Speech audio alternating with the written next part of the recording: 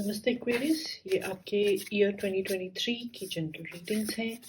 आपकी love readings और archetype readings अलग वीडियोस में आएंगी। तो देखते हैं कि आप 2022 से क्या एनर्जी या लेसन्स अपने साथ लेते हुए आ रहे हैं। आपके इस साल के ड्रीम्स, गोल्स एंड होप्स, आपके सामने क्या चैलेंजेस आ सकते हैं और क्या टूल्स आपके पास ऑलरेडी आपकी हेल्प के लिए हैं। साथ ही दूसरी रो में कोई एक इंटरनल लेवल पर रियलाइजेशन या यूरेका मोमेंट और कोई एक्चुअल इवेंट या कोई एक्सटर्नल सर्कमस्टेंसेस जो कि आप इस साल फेस कर सकते हैं।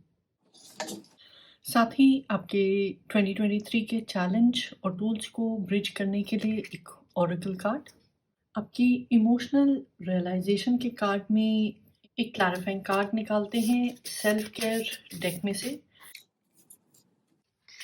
जहां आपका कार्ड आया है पीस। साथ ही आपके फिजिकल इवेंट्स को और क्लैरिफाई करने के लिए या उसके डायरेक्शंस के लिए एक एनिमल स्पिरिट का कार्ड। तो पहली नज़र में ही एक्वेरियस, आपका जो ये 2023 का साल होगा आपके लिए बहुत अहम है, क्योंकि आपके पास काफ़ी सारे मेजर अरकाना के कार्ड्स आए हुए हैं।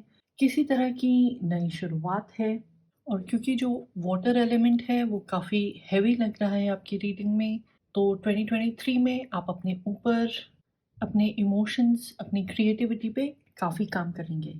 अगर मुझे एक या दो वर्ड्स में आपके साल को समराइज़ करना पड़े तो मैं ट्रांसफॉर्मेशन शब्द या फिर बदलाव शब्द का प्रयोग करूँगी। और जो भी ये ट्रांसफॉर्मेशन है ये अच्छी लग रही है, एक पॉजिटिव चेंज होगा। तो शुरू करते हैं, देखते हैं कि आपके 2022 की क्या एनर्जीज या लेसन्स आप इस नए साल में लेके आएंगे। आपके पास वहाँ कार्ड आया है 2 ऑफ पेंटिकल्स। तो ये कार्ड बैलेंस के बारे में बात करता है।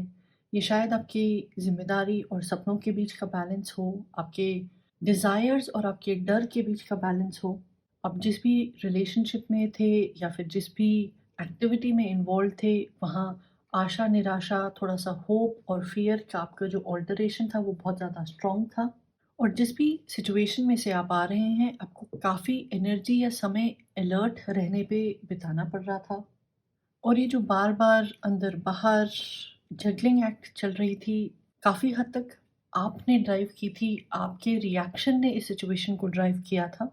और ये उनके लिए ख़ास करके सही है या ट्रू है, जो कि मिड लेवल पर या लोअर लेवल पर अभी अपने प्रोफ़ेशन में काम कर रहे हैं। इस सिचुएशन को किसी और तरीके से भी हैंडल किया जा सकता था, बट आपने इसको काफ़ी सीरियसली लिया है। और अब 2022 के ख़त्म होने पे 23 की शुरुआत में आप एक बदलाव के लिए, एक मेलोइंग आउट के लिए तैयार हैं। इस साल 2023 में आपके क्या गोल्स, क्या ड्रीम्स रहेंगे, वहाँ कार्ड आया है 5 ऑफ वॉन्ड्स। तो इस साल अपने जीवन के किसी एक एरिया में आप टेंशन को, लड़ाई झगड़े को कम करना चाहते हैं, बंद करना चाहते हैं। बल्कि अब इनिशिएटिव लेके आप अपने आप को किसी पोजीशन पर इस्टैब्लिश करना चाहते हैं, आप अपने आप को प्रूव करना चाहते हैं। ये जो असर्ट करने की बात है, ये वर्क प्लेस की कंपटीशन की वजह से भी हो सकती है। शायद आप अपने प्रोफेशन में आगे बढ़ना चाहते हैं, एक अलग लेवल की सर्टिफिकेशन पाना चाहते हैं। ट्रेडिशनल डेक में 5 नौजवान आपस में लड़ रहे होते हैं। ये जो लड़ाई है फ्रेंडली लड़ाई है, बट इसमें थोड़ा-सा कॉम्पिटिशन भी मिला होता है, ताकि वो बता सकें कि मुझे ये स्किल आती है, मैं आपसे ये चीज़ ज़्यादा बेहतर कर सकता हूँ। पर इस लड़ाई-झगड़े में, आपस की इंटरैक्शन में एक तो थोड़ी-सी दोस्ती हो जाती है, थोड़ा किसी और से कुछ सीखने को मिल जाता है, और हर इंडिविजुअल को पता चल जाता है कि वो कहाँ तक एक चीज़ में माहिर है या नहीं। मगर इस डेक में एक थोड़ा सटल सा डिफरेंस है, अगर आप नोट करें। जो ये 4 लोग हैं इस लेडी के इनिशिएशन के लिए यहाँ आए हुए हैं। ये इसके साथ लड़ नहीं रहे हैं। ये ऑलरेडी एक्सपीरियंस्ड हैं, अपनी फील्ड में एस्टैब्लिश्ड हैं। बल्कि ये इस लेडी को आगे लाना चाहते हैं, उसकी ग्रोथ में उसकी हेल्प करना चाहते हैं। बट इस मदद के इस अगले लेवल के लिए इस इंसान को डिज़र्विंग होना पड़ेगा, किसी तरह का टेस्ट पास करना पड़ेगा। अब चाहे आप अपने आप को एक रिलेशनशिप में साबित करने की कोशिश कर रहे हैं या फिर दिखाने की कोशिश कर रहे हैं कि हाँ, आप काबिल हैं, आप इतने रिस्पॉन्सिबल हैं, या फिर प्रोफेशनल फ्रंट पे आप अगले पड़ाव पर जाने के लिए तैयार हैं, आप काफ़ी कीन हैं, पर आपको ये इनिशिएशन जो है पास करनी पड़ेगी और यही बात आपका जो चैलेंज है फॉर 2023 वो रिफ्लेक्ट करता है। आपके चैलेंज में कार्ड आया है जजमेंट। यहाँ पूछा जा रहा है कि क्या आपको असली में पता है कि आप क्या चाहते हैं, क्यों चाहते हैं, उसमें कितना एफर्ट लगेगा और क्या आप वो डाल पाएँगे? ये जो टेस्ट है एक तरह से कि जो आप बोलते हैं, क्या आप वो करते हैं? क्या आप वो करने में सक्षम भी हैं? क्या आपके पास उतना ज्ञान है, उतना टाइम है? ये टेस्ट, ये परीक्षा अथॉरिटी से आ सकती है, सीनियर से आ सकती है या कोई एक्सटर्नल सर्कमस्टांसेस भी हो सकते हैं। यहाँ देखा जाएगा कि क्या आप सीमित रिसोर्सेज के साथ सही रिजल्ट्स दे सकते हैं? क्या आप मैनेजमेंट में अच्छे हैं या नहीं? कम्युनिकेशन में अच्छे हैं या नहीं? कि जो आप बोलते हैं, करते हैं, आपके एक्शंस और वर्ड्स में कितनी हार्मनी है, कितनी कंसिस्टेंसी है? ये कार्ड बेसिकली टेस्ट करता है कि क्या आप अपनी ड्रीम्स, अपने पर्पस को फुलफिल करने के लिए तैयार हैं या नहीं। डर सभी को लगता है, हर किसी के दिमाग में कभी ना कभी वो डाउट आता है, संदेह आता है कि क्या मैं ये कर सकता हूँ या नहीं, क्या ये नॉलेज इनफ है या नहीं, ये चीज़ अच्छी तरह रिसीव होगी या नहीं।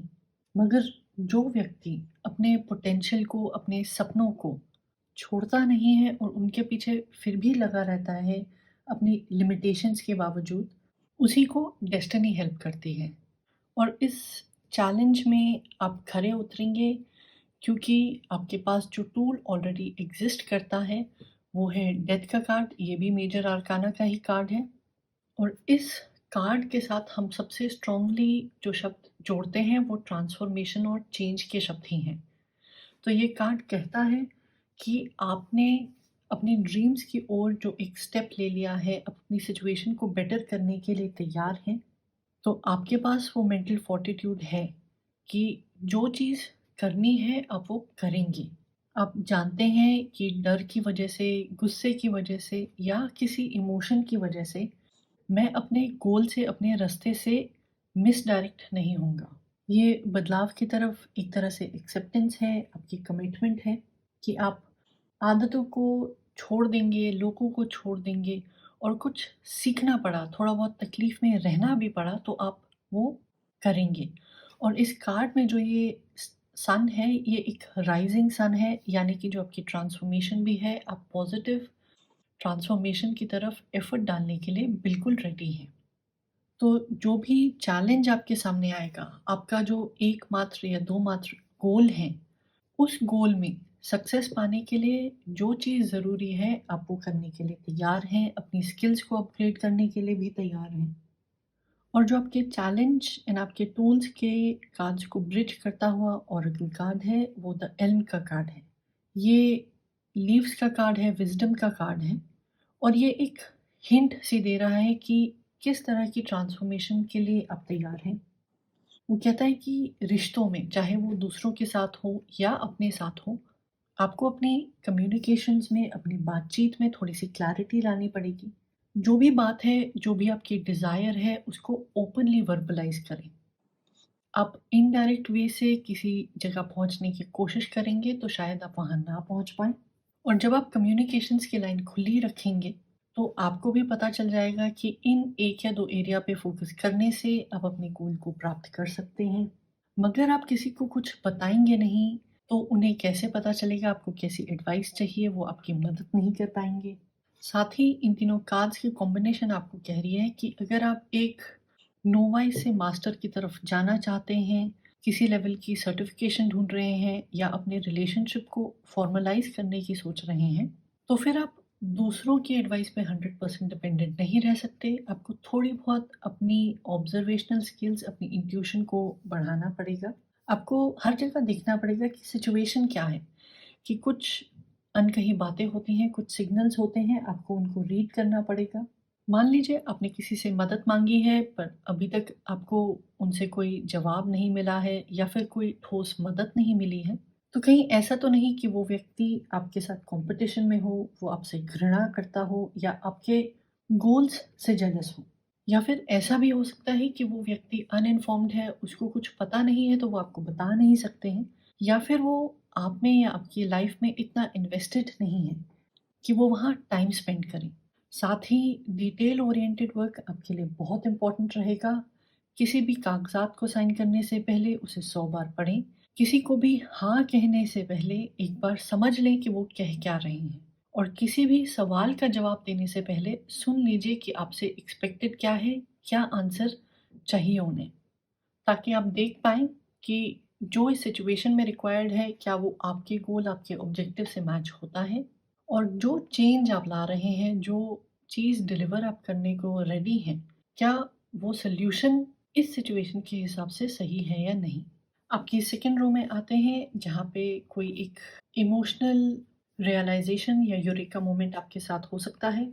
वहाँ आपके पास मेजर आर्काना का कार्ड आया है, द मैजिशियन।